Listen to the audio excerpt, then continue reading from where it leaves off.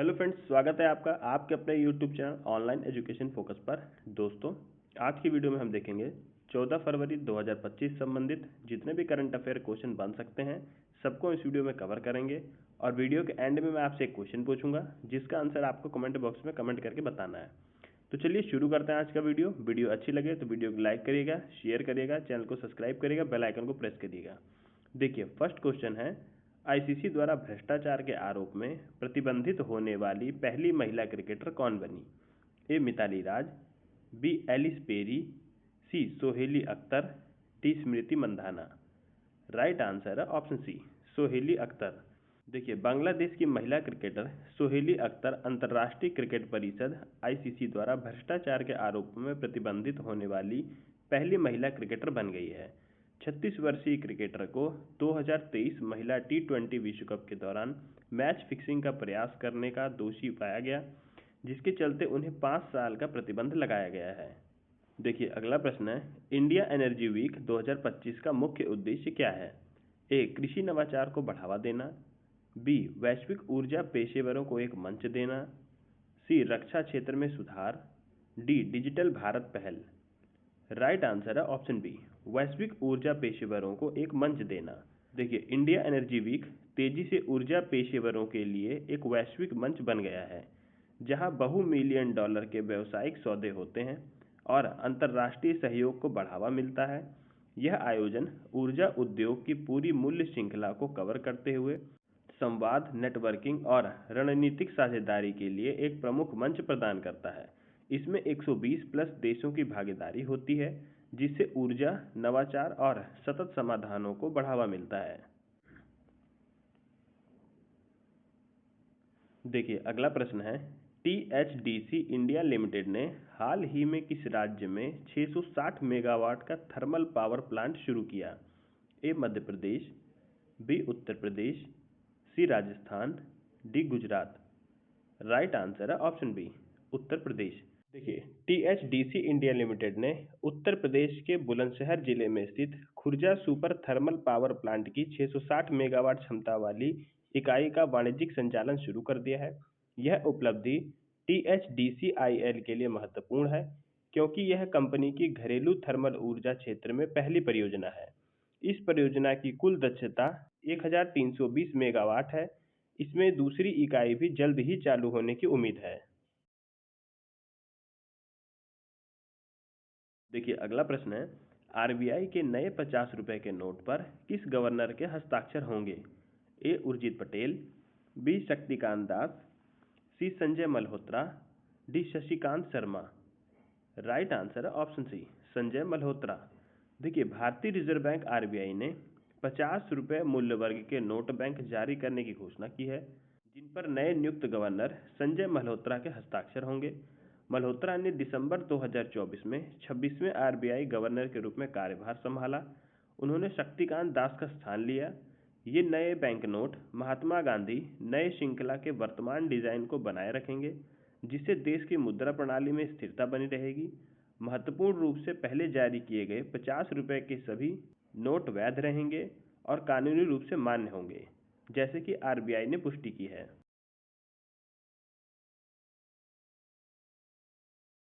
देखिए, अगला प्रश्न है, केनरा बैंक के नए मुख्य अर्थशास्त्री कौन बने हैं? A Urjit Patel, B Raghuram Rajan, C Madhavan Kutty ji, D Arvind Subramanian. Right answer है ऑप्शन सी, माधवन कुट्टी जी। देखिए, केनरा बैंक ने जनवरी 2025 में डॉक्टर माधव कुट्टी जी को अपना नया मुख्य अर्थशास्त्री नियुक्त किया है।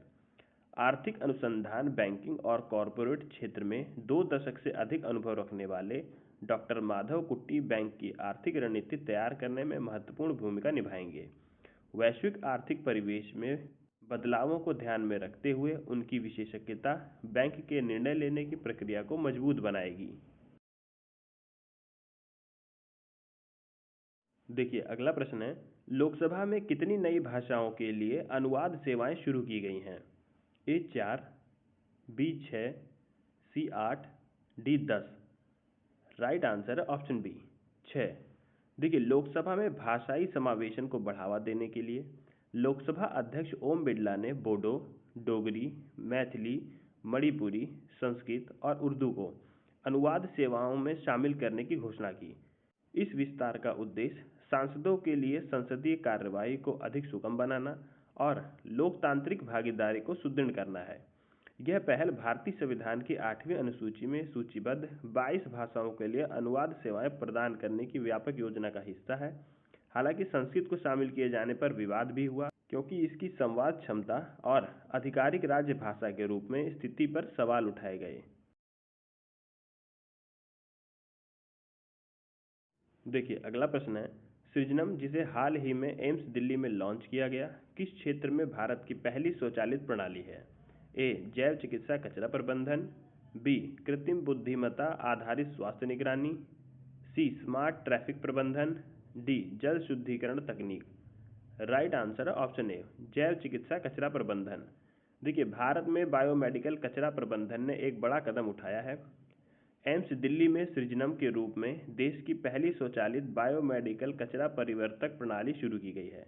विज्ञान और प्रौद्योगिकी मंत्री डॉक्टर जितेंद्र सिंह ने 10 फरवरी 2025 को एक स्वदेशी नवाचार का उद्घाटन किया। इसे CSIR NIICT तिरुवनंतपुरम ने विकसित किया है। सृजनम पारंपरिक विधियों की तुलना में पर्यावरण के अनुकूल और किफायती समाधान प्रदान करता है। देखिए अगला प्रश्न है, ऑटिज्म से जुड़ी मस्तिष्क गतिविधि पर शोध किस देश के वैज्ञानिकों ने किया? A Bharat, B Israel, C America, D Germany. Right answer है ऑप्शन बी इसराइल। देखिए हाइफा विश्वविद्यालय के इजरायली शोधकर्ताओं की एक टीम ने मस्तिष्क में उन तंत्रों की खोज की है जो दूसरों की भावनात्मक स्थितियों को पहचानने में मदद करते हैं। उनकी यह खोज करंट बायोलॉजी पत्रिका में प्रकाशित हुई है। मीडियल प्रीफ्रंटल कॉर्टेक्स की भूमिका को उजागर करती है, जो भावनात्मक पहचान और सामाजिक व्यवहार को नियंत्रित करता है। यह शोध ऑटिज्म जैसे सामाजिक विकारों के उपचार के लिए महत्वपूर्ण हो सकता है, जहां व्यक्तियों को सामाजिक बातचीत और भावनाओं की पहचान में कठिनाई होती है। देखिए अगला प्रश्न है, हाल ही में किस अमेरिकी राष्ट्रपति ने पेपर स्ट्रॉ पर बैन लगाने की नीति को रद्द किया? A Joe Biden, B Barack Obama, C Donald Trump, D George Bush. Right answer है ऑप्शन सी डोनाल्ड ट्रंप। देखिए अमेरिकी राष्ट्रपति डोनाल्ड ट्रंप ने 10 फरवरी 2025 को एक कार्यकारी आदेश पर हस्ताक्षर किए, जिससे पेपर स्ट्रॉ को बढ़ावा देने वाली संघीय नीतियों को रद्द कर दिया गया। ट्रंप ने पेपर स्ट्रॉ को अप्रभावी बताते हुए कहा, ये चीज़ें काम नहीं करती, मैंने इन्हें कई बार इस्तेमाल किया है और कभी कभी ये टूट जाती हैं, फट जाती हैं। इस निर्णय को उपभोक्ता सुविधा, पर्यावरणीय प्रभाव और नियामक नियंत्रण के नज़रिए से एक बड़ा नीति बदलाव माना जा रहा है।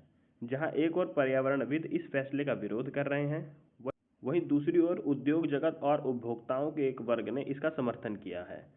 ट्रंप प्रशासन का मानना है कि उपभोक्ताओं को अपनी पसंद के उत्पादन चुनने की स्वतंत्रता होनी चाहिए, जबकि पर्यावरण कार्यकर्ताओं का तर्क है कि प्लास्टिक स्ट्रॉ की वापसी से समुद्री प्रदूषण और प्लास्टिक अवशिष्ट में वृद्धि होगी।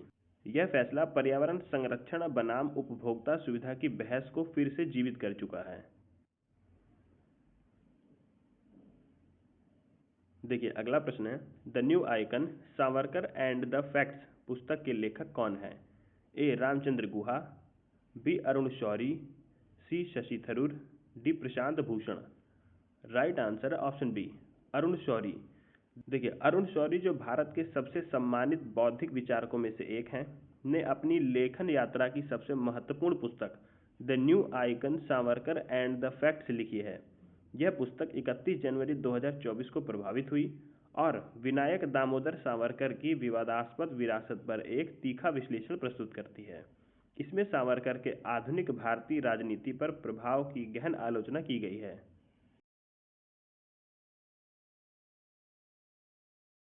देखिए अगला प्रश्न है, हरियाणा सरकार ने किस अभियान के तहत सभी किसानों को सॉइल हेल्थ कार्ड देने की योजना शुरू की? ए हर खेत स्वस्थ खेत, बी किसान संजीवनी योजना, डी हरियाणा कृषि मिशन, डी उर्वरक सुधार योजना। राइट आंसर है ऑप्शन ए हर खेत स्वस्थ खेत।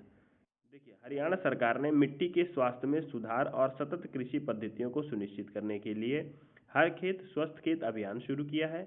इस पहल के तहत राज्य में हर एकड़ कृषि भूमि से अगले 3 से 4 वर्ष में मिट्टी के नमूने एकत्र किए जाएंगे और सभी किसानों को मृदा स्वास्थ्य कार्ड, सॉइल हेल्थ कार्ड प्रदान किए जाएंगे। इस अभियान का उद्देश्य किसानों को मिट्टी की उर्वरता, पोषक तत्व प्रबंधन और फसल उत्पादकता के बारे में उचित निर्णय लेने में सहायता करना है। देखिए, अगला प्रश्न है, भारत के औद्योगिक उत्पादन सूचकांक आईआईपी की वृद्धि दिसंबर 2024 में कितनी रही? ए 5%, बी 3.2%, सी 4.5%, डी 2.8%। राइट आंसर है ऑप्शन बी 3.2%। देखिए, भारत की औद्योगिक उत्पादन वृद्धि दिसंबर 2024 में घटकर 3.2% रह गई, जो नवंबर में 5% थी। औद्योगिक उत्पादन सूचकांक आईआईपी के अनुसार इस गिरावट का मुख्य कारण विनिर्माण मैन्युफैक्चरिंग क्षेत्र की कमजोर प्रदर्शन रहा, जबकि बिजली उत्पादन में महत्वपूर्ण वृद्धि दर्ज की गई। यह मंदी 2025 में प्रवेश करते समय भारत की समग्र आर्थिक गति को लेकर चिंताओं को बढ़ा रही है। तो फ्रेंड्स, यहाँ पे हमने 14 फरवरी 2025 संबंधित जितने भी करंट अफेयर क्वेश्चन बन सकते थे सबको देख लिया। अब मैं आपको देता हूँ आज का क्वेश्चन। तो देखिए, ये है आज का क्वेश्चन। आरबीआई के नए 50 रुपए के नोट पर किस गवर्नर के हस्ताक्षर होंगे? इस क्वेश्चन का आंसर आपको कमेंट बॉक्स में कमेंट करके बताना है। तो दोस्तों, यहीं पे हम वीडियो का एंड करते हैं। वीडियो अच्छी लगे तो वीडियो को लाइक करिएगा, शेयर करिएगा, चैनल को सब्सक्राइब करिएगा, बेल आइकन को प्रेस करिएगा, जिससे मेरी आने वाली हर वीडियो का नोटिफिकेशन आपको मिलता रहे। मिलते हैं फिर अगली वीडियो में, तब तक के लिए जय हिंद, जय भारत।